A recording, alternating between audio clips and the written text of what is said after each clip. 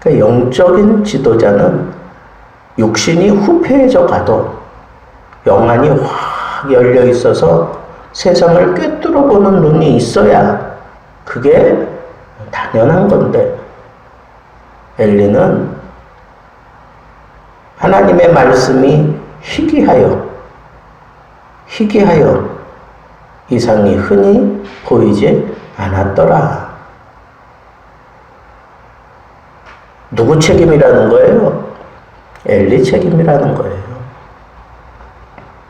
하나님의 말씀이 희귀하고 하나님의 그 이상, 이거는 하나님의 그 계시를 얘기하는 거예요. 계시가, 신적인 그 계시가 흔히 보이지 않았더라. 영적인 통로가 다 막혀 있다는 거예요. 영적인 통로가 막혀 있는 거예요.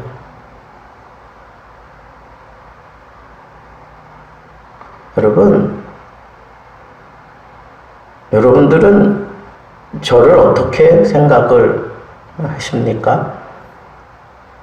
그저 설교하는 사람, 그렇게만 생각하고 교회를 드나드십니까? 여러분, 인터넷보다 이 대면 예배가 더 소중하고 중요한 까닭이 뭔지 아십니까? 여러 가지 있겠지만 그 중에 가장 두드러진 이유는 영적 지도자와 함께 지내고 영적 지도자의 입에서 나오는 그 말씀, 이 설교를 통해서 하나님의 계시가 밝히 보여지며 드러날 때, 그때 이 영적인 지도자를 통해서 그런 영성이 흘러나가는 거예요. 이 영성이 흘러 들어가는 거예요, 교인들에게. 아무것도 아닌 것 같지만 그 영성이 흘러 들어가는 거예요. 곰곰이 제가 생각해 보니까, 제가 어릴 적부터 한 교회를 섬기며 자라다가 거기서 신학교를 가게 되고, 거기서 전도사로 발탁이 되고, 강도사가 되고, 목사가 되고,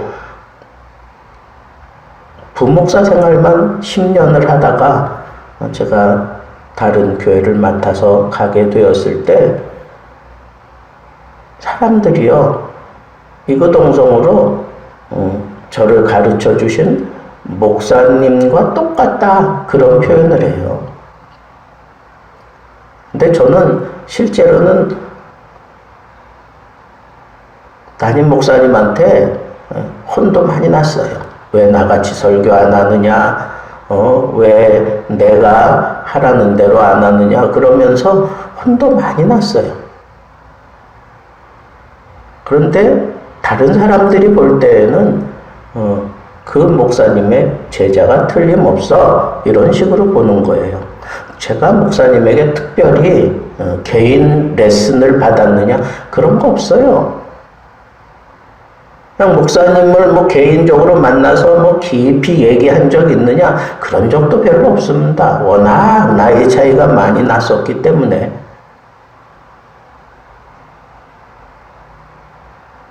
근데 왜 그런 평가를 들어요?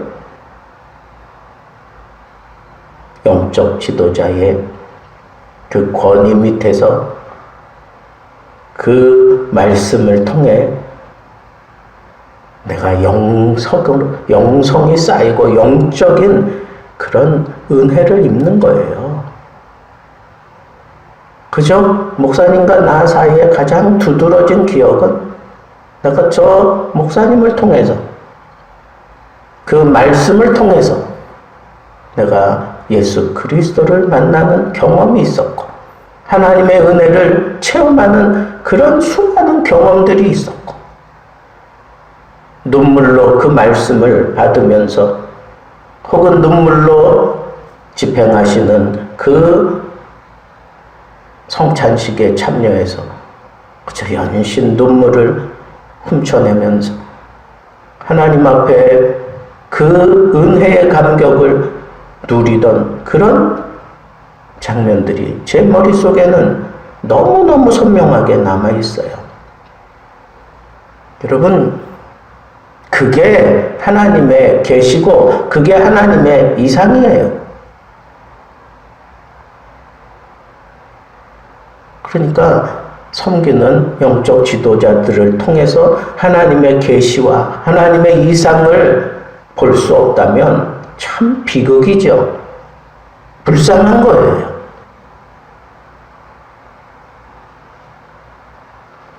물론 다 영적으로 추구하는 바가 다를 수 있습니다. 그러나 그것이 달라도 그 안에 흐르는 하나님의 계시는 분명하고 하나님의 이상은 확실합니다. 그런데 이 엘리는 자기 처소에 누워있지만 아이 사무엘은 하나님의 전 안에 누웠다 그랬어요. 이게 달라요. 자기 처소에 누웠다. 하나님의 전 안에 누웠다. 실제로 하나님의 그 전 옆에 그 부속 그 방들이 있어요. 그래서 그 수종드는 여인들이 머무는 방, 그 다음에 제사 드린 사람들이 잠시 기거하는 방, 그 다음에 집례를 돕는 그런 또 다른 레위인들이 머물 수 있는 방, 그런 데에 누워 있었겠죠. 그런데 여기서 엘리는 자기 처소라 그랬고 사무엘은 여호와의 전 안에 누웠다. 그러면서 뭘 거기서 그 차이점을 두느냐 하면 여호와의 전에는 여호와의 궤가 있어요. 그 여호와의 궤가 있는 여호와의 전 안에 누웠다는 거예요. 뭘 가까이 하고 있는 거예요, 지금 사무엘은. 주의 일을 하면서 주의 성전에서 그런 섬기는 사역을 하면서 뭘 지금 가까이 하고 누워 있습니까? 여호와의 궤.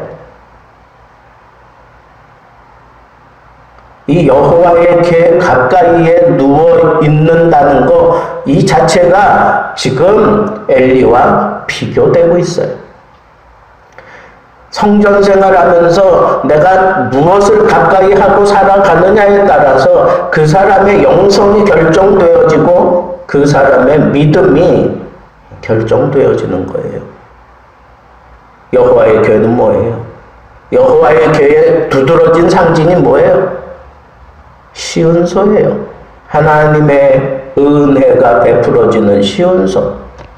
그래서 하나님이 광야 생활할 때 하나님의 그 여호와의 구름이 바로 그 궤 위에 머물러 있었다 그랬어요. 그럼 뭘 상징하는 거예요? 하나님의 임재를 상징하는 거예요. 임재. 하나님이 여기 계신다는 임재. 여러분, 진정한 영성은 하나님의 임재를 통해서 우리가 쌓여질 때, 그때 그 사람이 진정으로 하나님의 뜻을 이루는 섬김을 그가 보여줄 수 있는 거예요. 경력으로 되는 게 아니에요.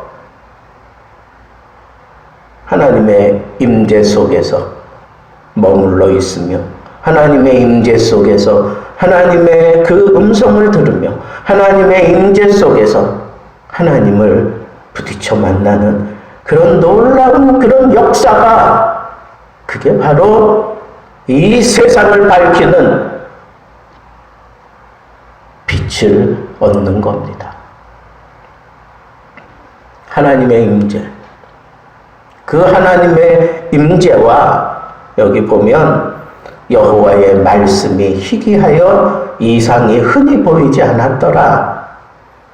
이 두 가지가 쌍을 이루고 있어요. 하나님의 말씀, 하나님의 말씀이 희귀했어요. 하나님의 말씀이 아예 없던 건 아니에요. 희귀했어요. 흔히 보이지 않았다 그랬어요. 영성이 막혀 있다는 거예요. 하나님의 영적인 복이 쏟아지는 통로가 막혀 있다는 거예요. 하나님의 계시가 없다는 거예요. 말씀이 들리지 않는다는 거예요. 그런데 그 말씀은 뭐 엄청나게 쏟아지는 시대에 살지만 왜 이 세대가 이 영성이 저 밑바닥이고 그 말씀으로 말미암아 나타나는 그런 영적인 그런 폭발적인 그런 행동들이 왜 나타나지 않는 걸까요? 그저 말씀이 우리의 심령을 파고들어서 비수와 같이 내 심장에 박히면서 나로 하여금 속에 있는 모든 죄를 다 토해내지 않고는 견딜 수 없도록 그렇게 막 파고드는 그런 말씀의 역사가 왜 일어나지 않을까요? 왜 일어나지 않을까요? 말씀이 희귀한 시대가 되었어요. 아니, 쏟아지는 이 말씀의 홍수 속에 살아가면서 왜 이와 같은 이런 놀라운 역사가 일어나지 않는 거예요?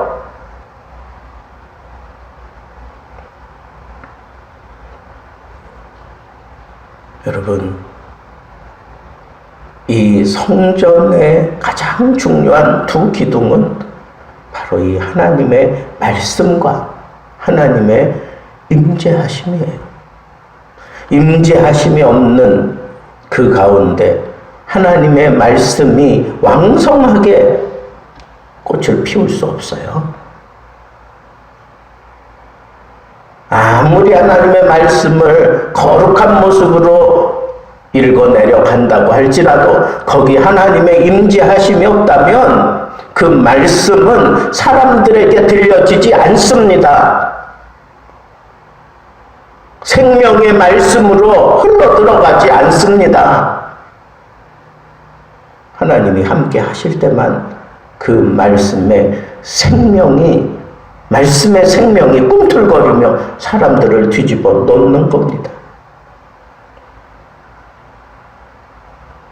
근데 그 여호와의 임재하심을 자기 처소에서 느끼려고 하는 그런 어리석은 종교 지도자가 있는가 하면 그죠? 그 밑에서 성전 일을 배우며 섬기는 어린아이, 아직도 경험해야 되는 일들이 산더미같이 쌓여있는 그 어린아이가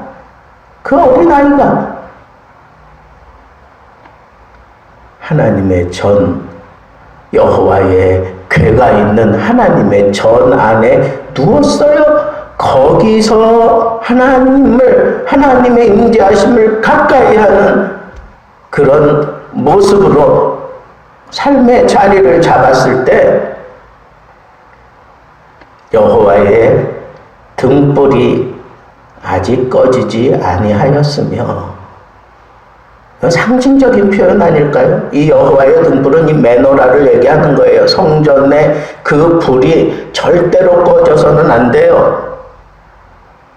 제사장들이 하는 일이 그 일이에요. 하루에 한 번씩 가서 그 불을 계속 바꿔서 계속 필 수 있게 만드는 거예요.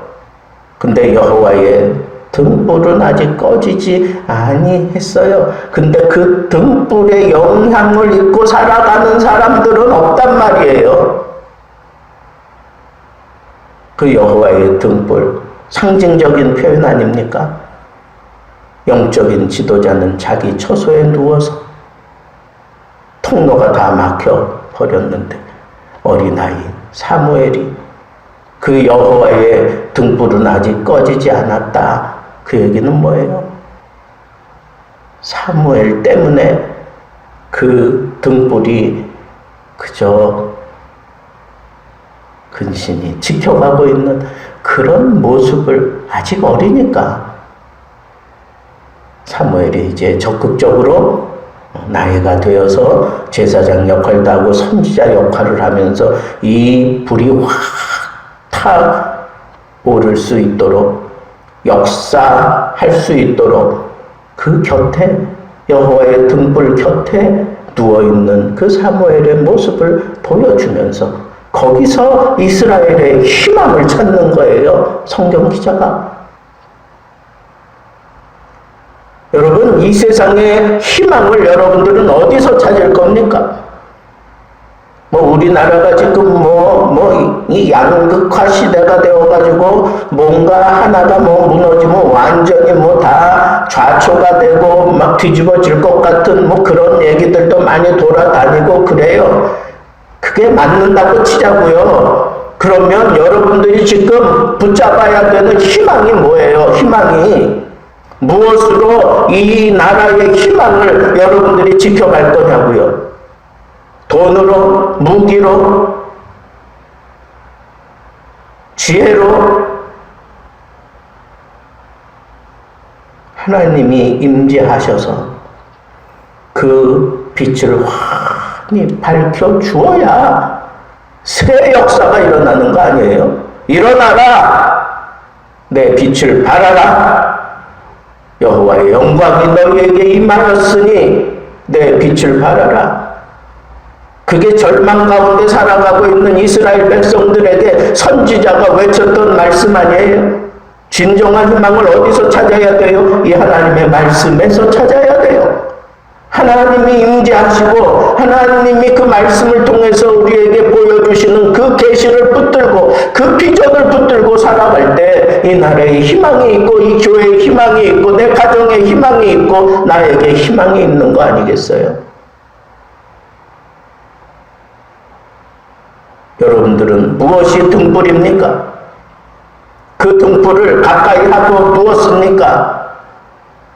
하나님의 임재를 기대하십니까? 말씀이 들려오는 그 희한 세대에 살아가지만 이 말씀이 나를 통해 들려지고 나를 통해 그것이 드러나기를 기대하며 말씀을 바라보고 계십니까? 어린아이 사무엘에게 하나님이 희망의 메시지를 보여주시는 그 아름다운 그림이 하나님의 등불은 아직 꺼지지 않았는데 그 곁에 영적인 지도자는 자기 처소에 누워버렸지만 그 하나님의 등불 곁에 아이 사무엘이 이 말씀을 통해서 이 말씀의 계시를 통해서 이 말씀의 비전을 통해서 이 세대를 개혁시키고 하나님 앞으로 이끌어갈 수 있는 그런 어린아이가 거기 누워있는 것을 통해 희망을 보여주고 있습니다. 오늘 말씀, 하나님의 말씀이 희망이다. 그 말씀이 제대로 들려오게 만들려면 하나님의 임재 속에서 하나님의 임재 속에서 그 말씀의 계시가 나에게 들려진다고 하는 이 사실을 붙들고 말씀을 많이 안다고 그것이 이 세대를 밝히는 빛이 될 수 없어요. 하나님의 임재 속에서 깨달아진 그 말씀의 빛이 내게 임했을 때 내가 일어나서 이 어두운 세상을 밝히는 빛을 발할 수 있고 여호와의 영광을 드러낼 수 있음을 기억하시고 하나님의 말씀, 하나님의 임재하심 속에서 주여 말씀하옵소서. 종이 듣겠나이다. 이 세대를 향한 희망의 메시지를 주여 내 삶 속에서 내 입을 통해 주의 계시를 하나님의 말씀을 선포하며 살게 하옵소서. 이것이 우리가 이 세대를 살아가는 궁극적인 비전이고 원인입니다. 이 삶 속에서 하나님의 영광이 여러분들을 통해 나타날 수 있기를 우리 주님의 이름으로 축복합니다.